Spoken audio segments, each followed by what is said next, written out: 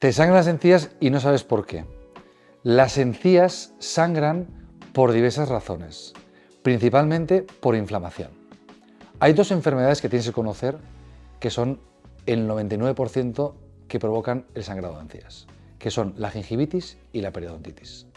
El otro 1% es por medicación, pero de eso te hablaré más adelante. La gingivitis o periodontitis, o más comúnmente llamada piorrea o enfermedad periodontal, es una enfermedad que lo que hace es que la encía y el hueso que rodean al diente se inflamen y se vayan perdiendo. El resultado final de una periodontitis o piorrea no controlada, que siempre va a sangrar, es que acabas perdiendo los dientes. Por eso antiguamente conocíamos tanta gente con dentaduras postizas. Lamentablemente a día de hoy todavía hay mucha gente que sigue perdiendo dientes por no estar diagnosticada debido a esta enfermedad que es la periodontitis. La gingivitis es una etapa inicial en la que solamente hay sangrado de encías y es reversible. En cambio, la periodontitis es la suma de ese sangrado de encías más la pérdida de esos tejidos, de hueso y encía. Y esas pérdidas son irreversibles. El hueso que hayas podido perder o la encía que hayas podido perder es muy difícil o prácticamente imposible recuperarla. Por eso es muy importante un diagnóstico a tiempo, un diagnóstico precoz que llamamos, para evitar llegar a una situación en la que ya no podamos hacer nada por salvar esos dientes.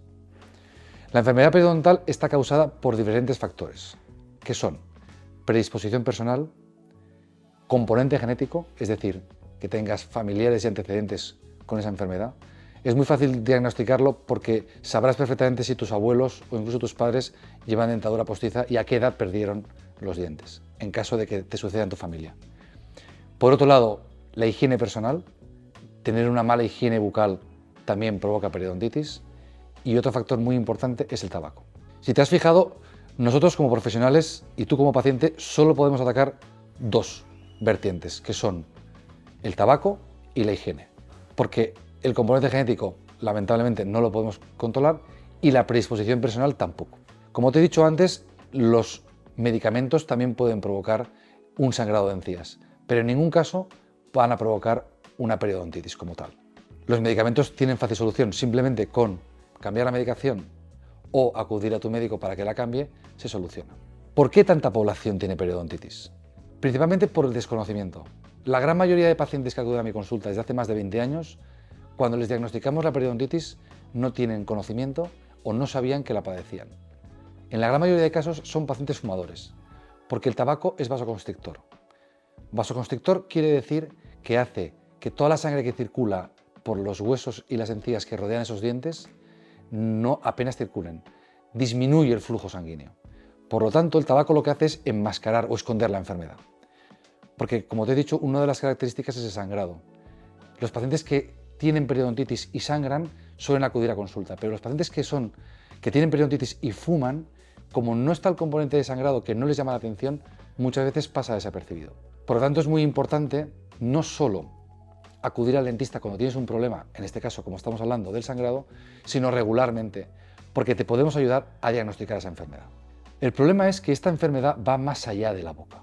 En los últimos años, te diría que en la última década, se ha descubierto que esta enfermedad influye o puede ser la causante de enfermedades tan serias como el Alzheimer, bebés de nacimiento de bajo peso o bajo rendimiento deportivo.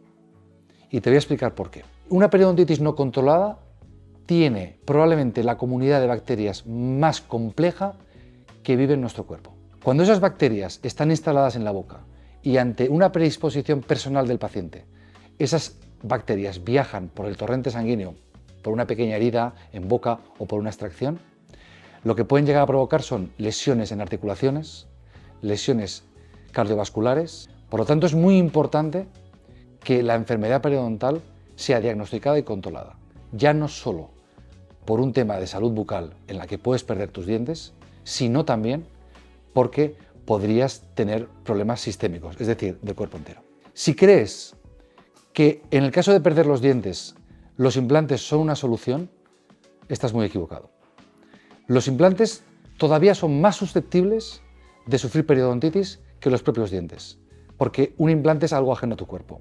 Por lo tanto, los implantes es una solución a medio camino, no es una solución definitiva. El perder unos dientes no significa que podamos poner unos implantes que te vayan a durar toda la vida. Además del desembolso que supone y además de la cantidad de visitas y de cirugías a las que te has de someter. ¿Qué podemos hacer para intentar frenar o frenar del todo la periodontitis? El tratamiento de la periodontitis es fácil, sencillo y relativamente económico para lo que supone acudir a una consulta dental. El problema es que depende en más de un 50% de tu implicación, de la implicación del paciente. ¿Por qué? Porque la única manera de combatir a la periodontitis es con un cambio de hábitos, controlando el nivel de placa, es decir, teniendo una buena higiene y no fumando. El tratamiento periodontal en consulta consiste únicamente en limpiar y desordenar toda esa comunidad de bacterias que están encima de tu diente y debajo de la encía. Es lo que se llama un raspado. Nosotros, para realizar un raspado, hacemos un estudio periodontal previo. Miramos variables como el sangrado, la movilidad dental, la cantidad de hueso que has perdido. Y con ese diagnóstico podemos hacer un tratamiento, que es el raspado y alisado radicular. Por más que esto te parezca como muy agresivo, es todo lo contrario. Es un tratamiento muy sencillo y no doloroso. Además, nosotros en concreto contamos con la sedación, con el óxido nitroso, que tiene dos ventajas clarísimas respecto a este tratamiento. Por un lado, te baja la ansiedad, te da un estado bastante cómodo y bastante a gusto, y por otro lado, tiene un efecto anestésico, con lo cual el tratamiento es completamente indoloro. El tema es que la única manera de luchar contra eso es que tú, o el paciente en este caso, tenga claro que tiene que llevar una higiene excelente, unos controles periodontales con la frecuencia que determinemos en la consulta en función del grado de enfermedad que conlleve y, por último, dejar de fumar, que probablemente sea lo más difícil. Por nuestra experiencia, el fracaso en pacientes que hemos diagnosticado de enfermedad periodontal o de periorrea es porque el paciente no hace el cambio de hábito dejando de fumar o llevando una mejor higiene. Si te ha gustado este vídeo, te recomiendo que te suscribas al canal. Tratamos temas como este con la mayor rigurosidad y profesionalidad.